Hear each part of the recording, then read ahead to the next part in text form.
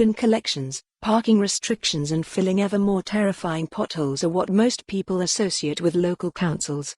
To that list, we might now add retail property speculators. Last year, councils across the UK doubled down on recent trends and spent some £232.35 million buying struggling shopping centres, accounting for some 36% of all shopping centre deals according to new data from Knight Frank.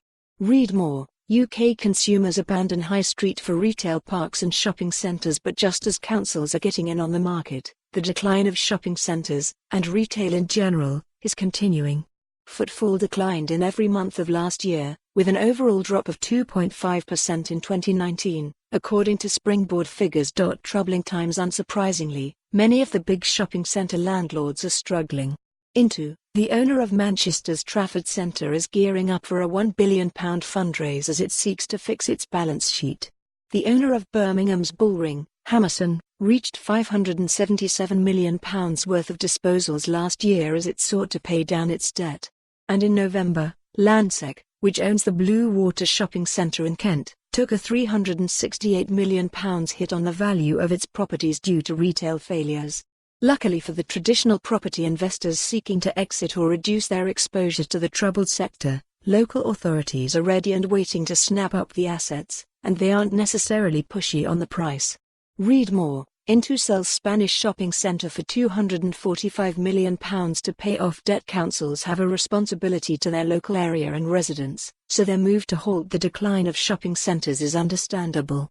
When Canterbury Council bought the Whitefriars Centre for £75 million last year, the council leader said it would open up opportunities to shape the future of the city centre over the long term, with decisions taken by a council working on behalf of its residents rather than investors whose interests do not necessarily align with those of the district.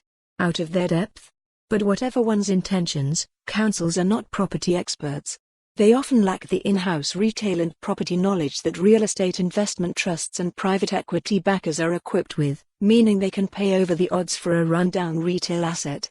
In Canterbury's case, the council claim it will open up a new revenue stream.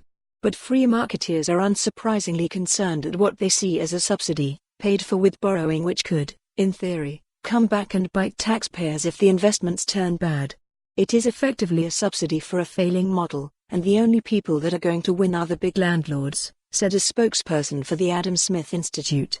What councils are doing is investing in effectively a failed model without understanding that the all shops in one place model only works if you have a working. For more on this story, visit the news article link.